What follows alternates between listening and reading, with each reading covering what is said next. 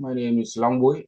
I'm from Viet Nam. I am a PhD candidate at School of Public Health and Preventive Medicine, Monash University.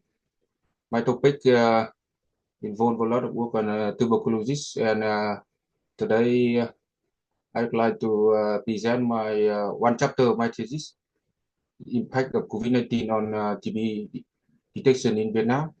It was done under the supervision of Associate Professor James Trauer, Dr. Romain Ragonnet, and Professor Greg Fox. As we know, TB is a major public health challenge all over the world, and also in Vietnam. Vietnam is ranked in 30 countries with high risk burden of TB, and the COVID-19 happens from 2019 to 2022, likely to worsen the TB control effort in Vietnam and globally. We have many research to prove it, and especially the TB case notification in Vietnam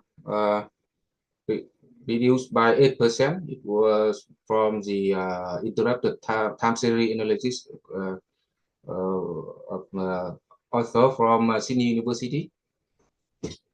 The most I think the bad fact about TB is that the TB notification cannot reflect the true burden of TB, especially the prevalence and the incidence. And the observed reduction in COVID-19 can be attributable to the to main factor.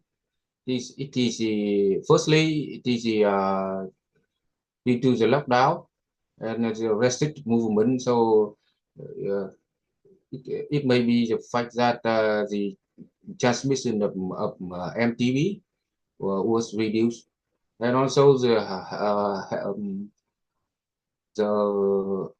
healthcare sector was affected by the COVID-19. The overcrowded and the stigma of airborne disease and the lockdown may reduce may increase the delay time and then reduce the rate of TB case notification.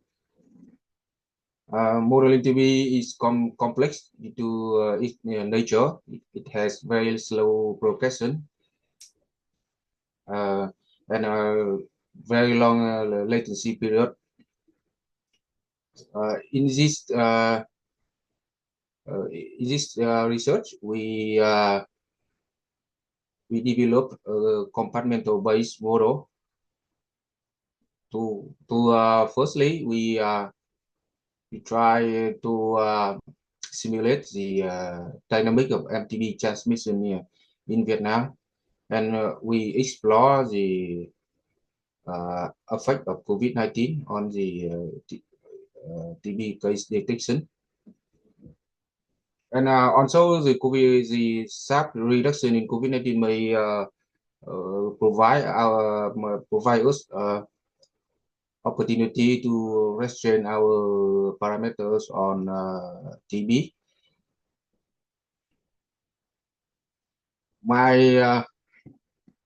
Our model has 6 types of compartment. Firstly, the S means susceptible. The E, the E and L are early latent and late latent. The I compartment mean active TB, can be asymptomatic or symptomatic TB. The treatment, the T is treatment containing people receiving treatment and recover. can be the death, remove or death. Recover individual can be reinfected to the E compartment. 6 compartment types will be stratified into age. We use 6 age group with specific latency rate and treatment outcome rate. And for the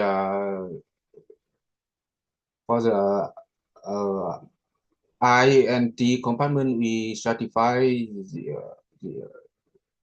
into 3 groups: smear positive, smear negative, and extrapulmonary TB, to capture the differences in infection rate, the detection and fatality of TB.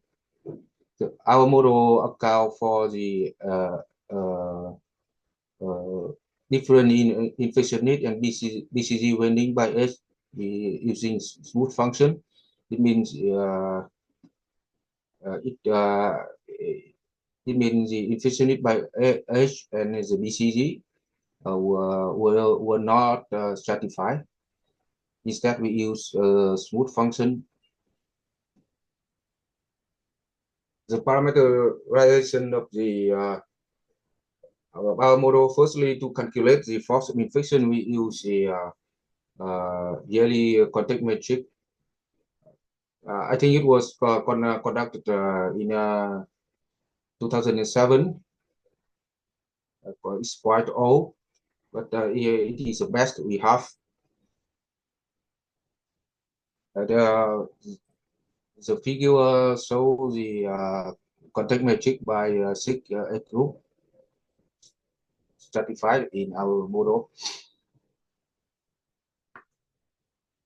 One of the most important parameters in our model is the passive detection profile.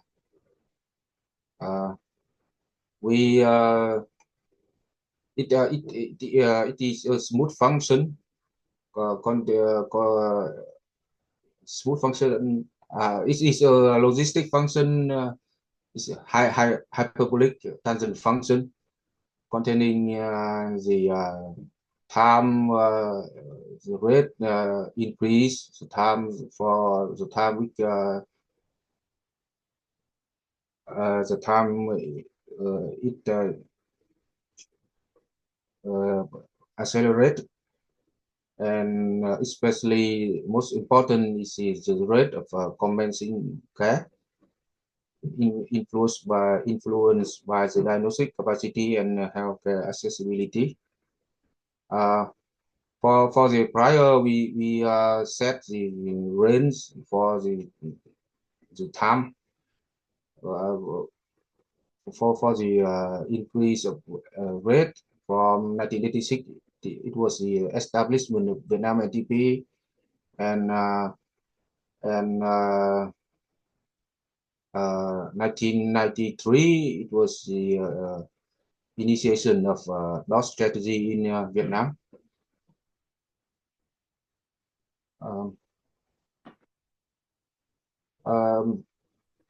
The impact of COVID-19 when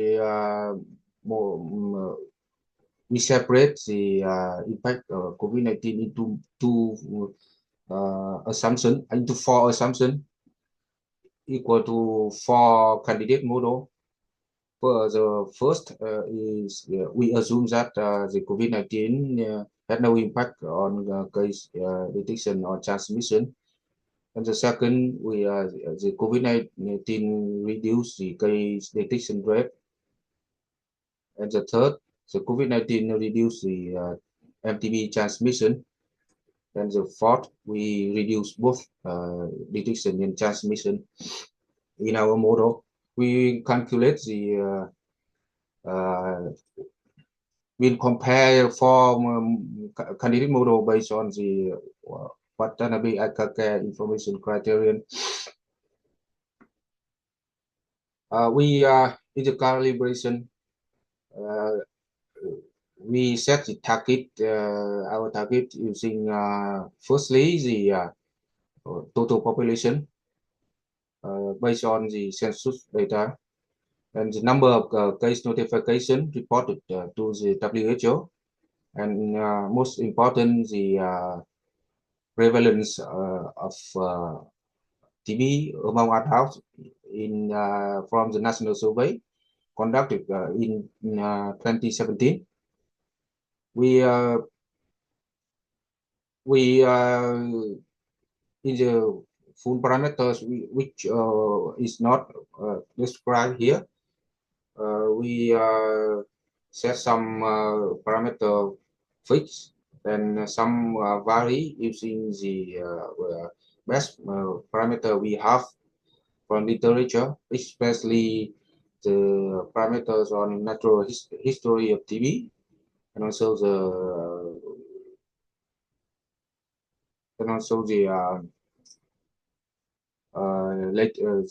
rate related to latency, early latent and late latent, and we use our in-house developer software. This is some epidemiological modeling framework. It was developed in Python, and it can be integrated smoothly with in a data science pipeline with other Python-based data science packages. We use PyMC for calibration and RVIS for Bayesian diagnostic, and also Plotly for visualization. Well, and the code was publicly available on GitHub for reviewing, and our result, we compare the model fit to the TB case notification under 4 assumption, and we found that under assumption 5 and under assumption 4, the model capture the SAP prop in case notification quite well, but the assumption 2 perform best with the lowest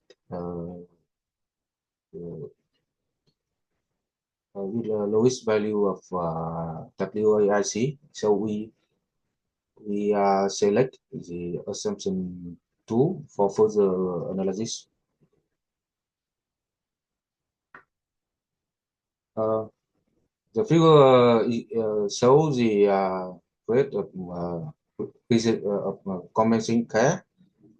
You can see that it start rising about 1990 and start inflated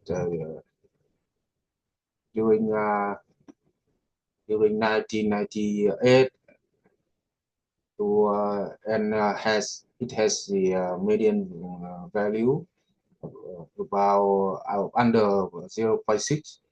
It means that the delay time from active TB to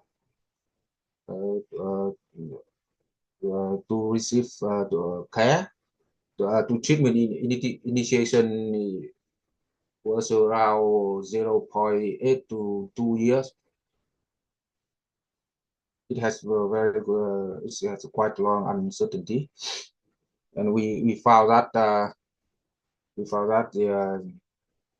there was a SAP reaction in 2021 when Vietnam has had a very big lockdown due to the COVID-19,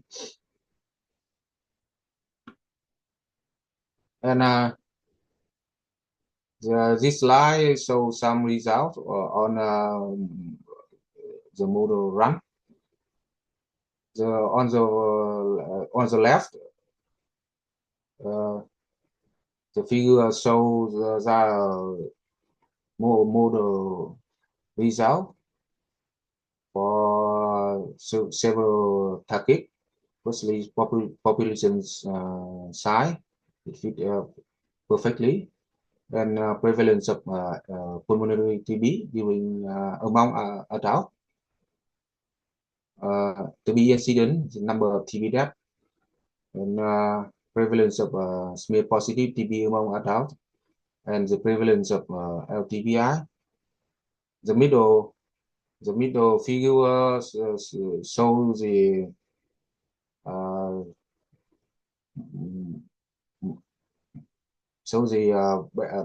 best estimated means the middle of six same the same six indicators with uncertainty. The uncertainty is the 95% of credible interval of estimated of model run. We can see that it fit well with the prevalence of pulmonary TB, but the TB incident was a little bit lower than estimated by the WHO, and the TB death was a little bit higher. The LTBI prevalence was a little bit higher, and especially the prevalence of SB of smear positive TB is higher than the result from the second national survey, but it was validated by the Vietnam NDP, and they accept the result. On the right of the screen, there are two figures. Firstly, the figure shows the proportion of people of active TB progress from the early latent. The best estimate shows that the proportion is about more than 50%, and the last one is the number of it is the population in each compartment.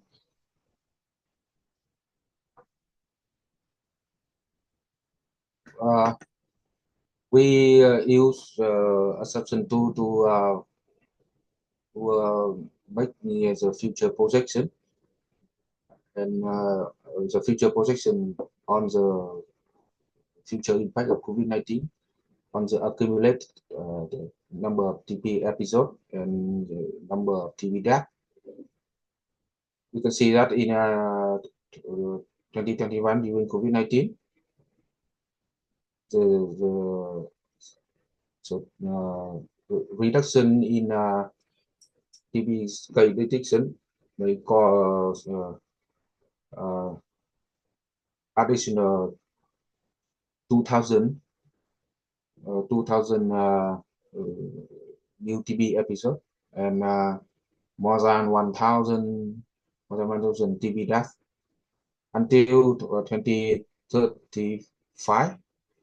The cumulative number of new TB episode by COVID-19 can reach more than 20,000, and more than 5,000 of TB death.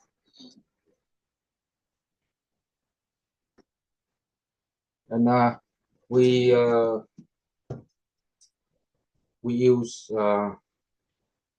we also project the two scenario of increasing case detection. We increase until 2035. We increase the detection by 2 times and also 5 times. And we estimate the effectiveness of two scenarios. And of course, increasing case detection by 2 times and 5 times will be very challenging. So, but we will observe. We project very positive effect.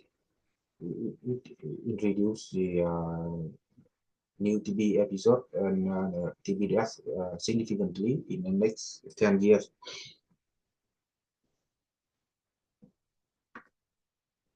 This our prior and posterior comparison of our main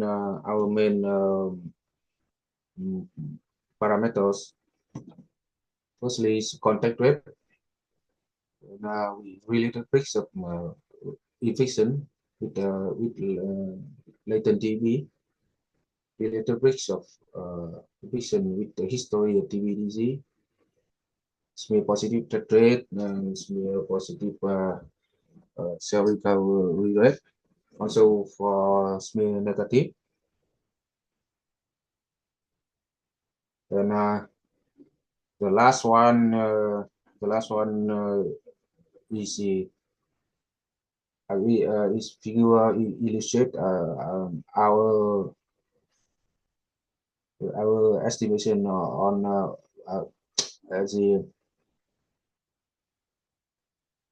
the comparison between prior and posterior of natural history TB death. We calculate the prior for the smear positive and smear negative is the disease duration and case fatality rate. All of our chain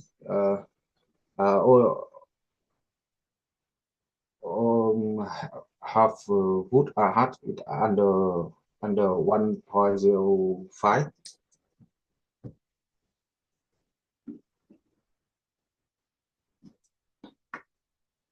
And it's for discussion from the result, we can conclude that the decline in TB detection during COVID-19 led to the sharp drop in TB notification in Vietnam, and the TB case detection play more important role than the reduction in TB transmission. And due to the additional TB episode and TB cases in 2021 due to COVID, it will result in a backlog of undiagnosed case and leading to long-term increase in TB incident in mortality.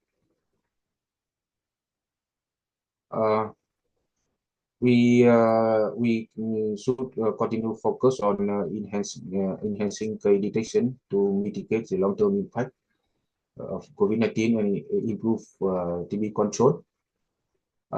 Our research has some limitation, especially for uncertainty in many TB parameters. Many parameters we use was estimated from pre-chemotherapy era and also from the low burden setting in the smear positive and smear negative related rate, and also for the latency related rate was estimated based on the data in Victoria and Amsterdam. So they may not accurate for the high burden setting like Vietnam, but they are the best we have. And we use very obsolete social contact matrix. It was conducted in 2007. But instead of the limitation, our study has some strength, especially for the optimization and calibration process. We use advanced tool to capture the indicator effectively, and it can be adapted to other airborne or directly transmitted pathogen. Uh, for the future work, we are working hard on interpreting the result of finding in the Act 3, the active case finding in Kamau in uh, from 2014 to 2018 to enhance our understanding of our TB epidemiology parameters, especially for early activation. The sharp drop in number of TB cases detected during 4-year active case finding uh, uh, can we can assume that it related to it may relate to the fact that the proportion of TB from early activation may be higher, and we still need for more research for into the epi indicators specific to Vietnam, especially I think that the contact matrix is very important, and that's some result of my research. Thank you for listening. I hope to receive your comments and your suggestion and your question. Yeah, thank you very much. Thank you very much, Long. That was really interesting to see. Thank you. Yeah, so we have a bit of time for questions now, if anyone has questions. Maybe I can start with, I was just trying to understand some of your results. Do you have your slides there? If you could share your slides again, because I was looking at the uncertainty intervals in the scenarios, and they looked like they were really wide, but I was kind of, my head was trying to get around the log scale, and so I couldn't quite tell, are those really wide uncertainty intervals? So yeah, when you had the two scenarios for increasing case detection.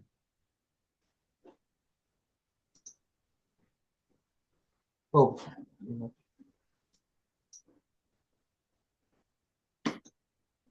please wait. I don't know why it. That's all right. I mean, it's not. That's fine. Yeah, Can you see it? Yes, yeah, that's fine. Yeah. So if you go slide maybe 7 or 8, I'm guessing. No, sorry, further down.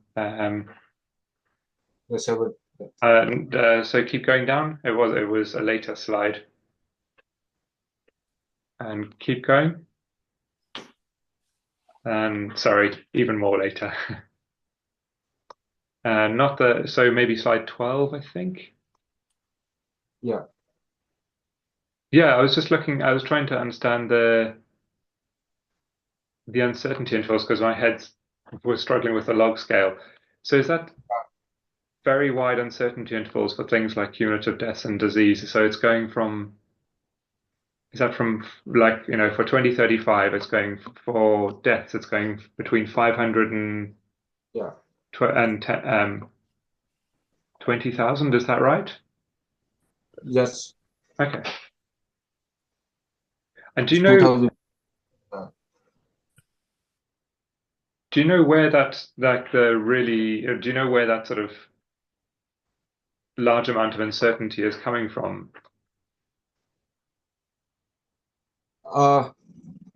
I think the last uncertainty come from the uncertainty in the rate of the case detection rate. It has very long uncertainty. If it depends on the reduction, and yeah, it ranges from 0.2 to nearly 0.8. Yeah, so it's that sort of uncertainty in how much disease there is. Yeah. Yeah. Okay. Cool. Thank you.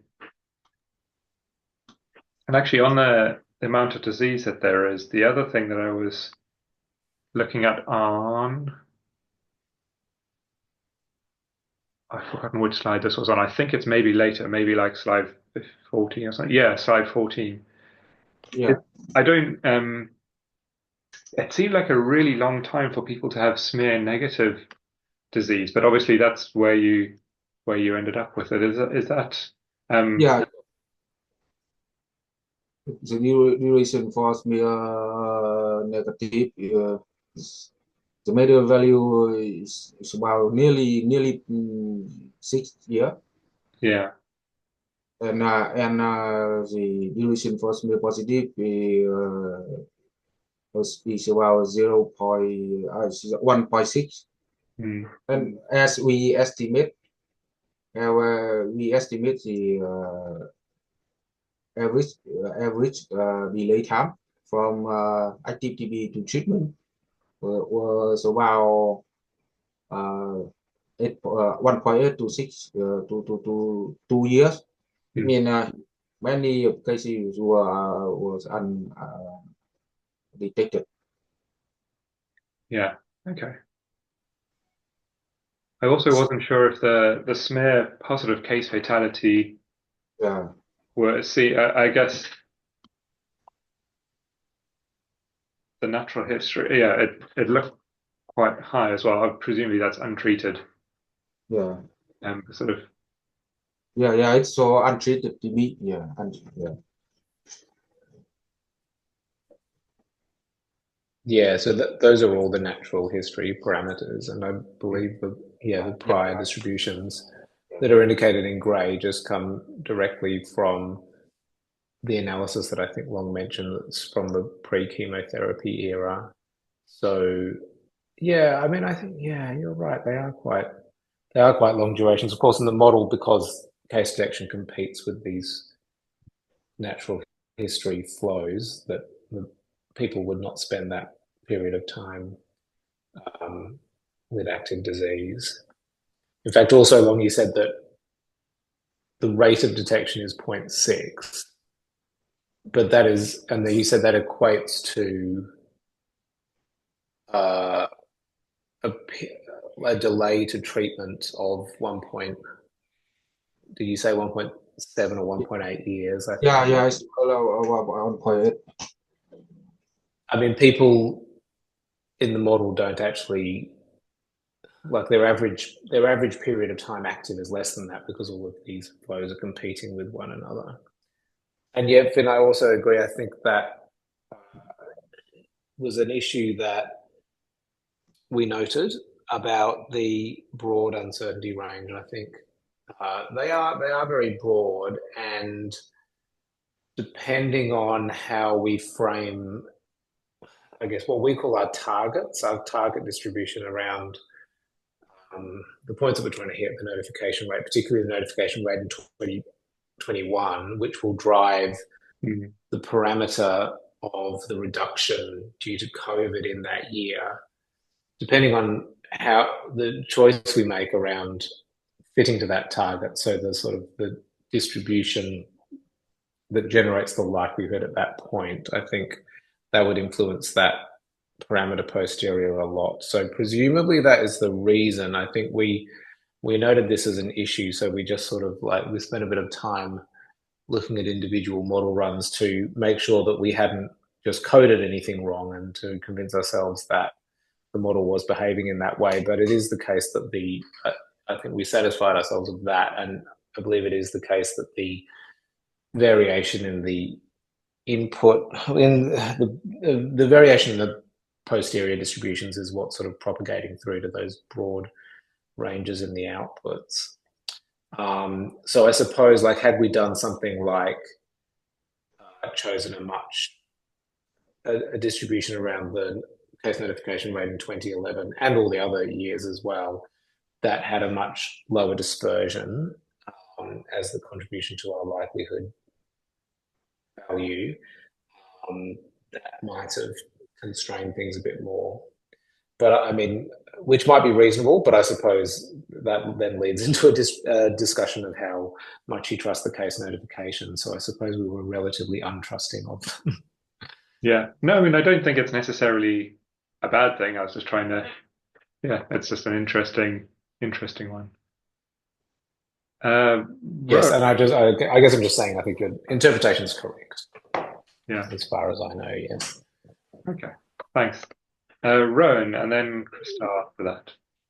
Yeah, I was just thinking about that. The long duration of the smear negative there. I guess it might be kind of capturing what we're seeing now as evidence around the minimal and asymptomatic duration at sort of all of those, including people who maybe don't have what would be classified as active TB at a point in time, but it actually fits better to that part of the natural history by including them all under the smear negative there.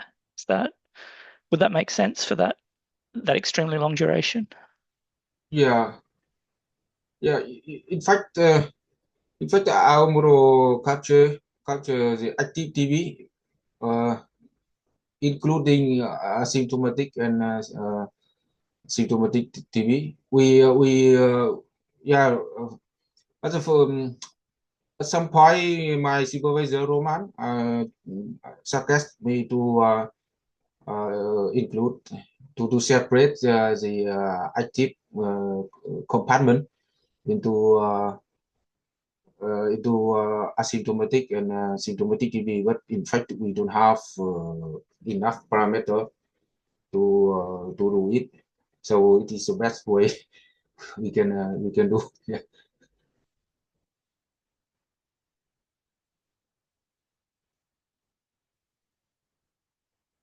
Thank you. So just on that, so I just posted Romain's paper about the natural history of TB, which is what we use to get these parameter values. And so it was a major conclusion of this paper that looking at the pre-chemotherapy era, and in fact, when you look at the key pre-chemotherapy era, people don't talk about smear negative and smear positive, of course, because smears hadn't been invented. So the terminology that was typically used at that time was open and closed, and we would map those terms to smear positive and smear negative. But for the smear negative group, and we also make the somewhat dangerous assumption potentially that the smear negative parameters apply to the extrapulmonary group in our model as well. But anyway, for all of those parameters, the rate of self-recovery was 0.23. So I suppose that would imply, and with pretty low case fatality for the smear negative group or the closed group. So that with a range of 0.177 to 0.288 in that paper. So it's sort of like 4 to 6 years, sorry, should have been the distribution of our prior. So I think that would fit with your results, Long. Yeah. Especially in the one more parameter is that Roman suggests the multiplier for the rate of reactivation from late latent, and for the Marshall Island work, the uncertainty is higher than one. It means people. It means the proportion of active TB from late latent may be higher, but in this model it's about 1. So our estimation for Vietnam in high burden setting has the same value with the data from Amsterdam and Victoria. Right, yeah, you're commenting now on the latency parameters. Yeah, I mean, the other thing, sorry, just while I think of it, it'll be really interesting to look at is the relative contribution of the smear positive and the smear negatives to the force of infection, which you could obviously pull out directly from this model. Because even though smear negatives in this model are obviously modeled as being considerably less infectious per unit time, they're infectious for so much longer that they may be contributing more to the force of infection.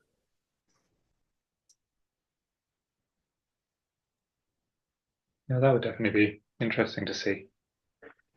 Crystal, do you want to? Yeah, hi everybody. This is Christelle from Cameroon. So I'm also doing modeling of TB in my country, and then great work, Long. Just coming back to the question that is ongoing, I was wondering, were there rationale for using smear? Because now for TB diagnosis, we are all moving towards rapid molecular testing, like for instance, GeneXpert or TB Lab or any other rapid molecular to be sure of active disease, because the smear, the test performance, we all know is really suboptimal. So that's the first question. And then the second question would be, how you comment about this approach compared to WHO estimates, because now you are using local data of Viet Nam, despite the limitations that you highlighted brightly at the end of the presentation. But what is the added value of this modeling approach for using local data of Viet Nam compared to estimates from WHO? Thank you. Yeah, thanks for your question. Yeah, it is very. The first question is very interesting. Now we don't use smear positive and smear negative, but in the past, smear positive and smear negative was proceed to highlight the different infection rate in case detection in treatment outcome. Now we have the GeneXpert or not. So now we use the definition of microbiological confirmed TB. But unfortunately, we don't have enough data for, especially we don't have enough research or parameter for them. So we are still using smear negative and smear positive definition, because many research were conducted and we have good parameter estimation based on the definition of smear positive and smear negative. And for the second question, in my manuscript, I have commented on this.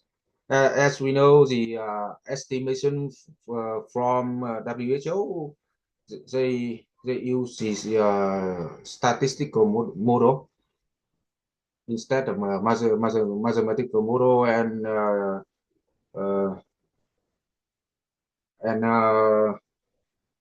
did not account for the dynamic of the transmission dynamic of MTB. So just like for example, like for the COVID-19, they inflated from some previous estimation.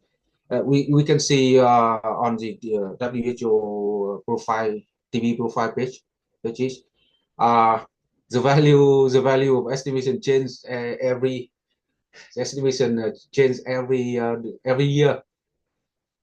For example, last few years ago, they estimated that the TB incident in Vietnam last 5 years it was more than 100,000, and now they increased to 170, and now it is still increasing. And also from the TB profile page, for example, where they in the in the COVID-19, we observe the sharp reduction in TB notification, and also the sharp also the reduction in the TB incident, and also the reduction in TB death. I think I think it's not true because based on the statistical model rather than the mathematical model. I don't say that it was wrong or my model is right, but we have different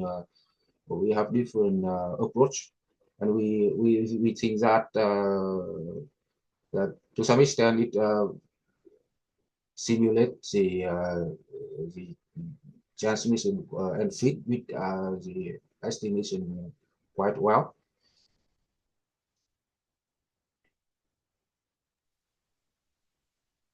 Thank you. That's right, Long. Oh, sorry, Finn. No, go, James. I was just going to sort of add a little, because I think, Long, you presented very well I guess, our formal approach to calibration, and to sort of describe the philosophy behind that a little bit. And Long, do you mind going to the slide? I think it's maybe 3 prior to the one that you're on. We attempted to distinguish between genuine observations, which we used in calibration, and estimates, which we used as a sort of a post hoc validation or comparison, and were not part of the calibration algorithm. So I believe in those sort of middle 6 panels, the ones that are illustrated in bright red are the calibration targets, whereas the ones that are in a darker purple are sort of other estimations from other models that we wanted to compare against to give ourselves some confidence that our estimates were similar to those derived by other sensible people using sensible models, I suppose. Or if they were not, then to try to understand why our estimates were differing from theirs.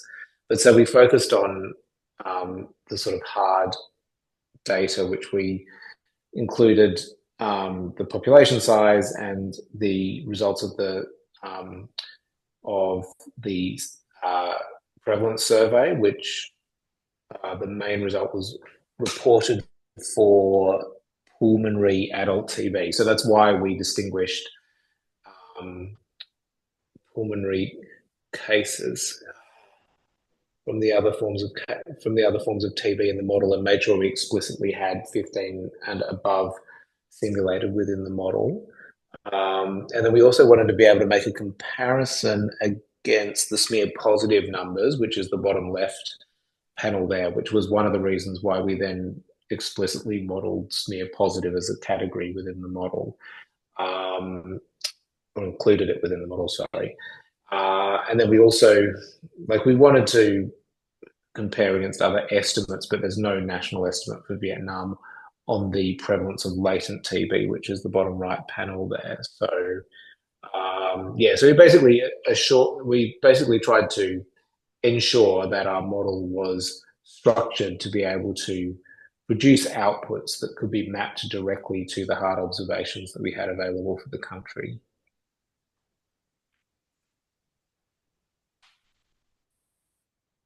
Thanks, James. I think, are there any other questions? If not, then we can close slightly early, but thank you so much again, Long, for a really interesting piece. And I think really nice to, as we've seen, to go through some of the more technical bits, how you calibrated the model, and all of those things are really helpful for us all to see as well. So thank you so much again. And thank you everyone for joining us, especially Long, yourself, James and Rowan, I know are in very horrible time zones, and anybody else who's joining us from that side. We think you're in the horrible time zone. This is spectacularly civilized by the standards of most of the HIV calls. Yeah, that's right. Yeah, well, you'll notice we don't have a single American on, I don't think. That's right. But yeah, thank you so much again, Long, and thank you everyone for joining, and we will see you in about a month's time. Thanks a lot, everyone. Thank you.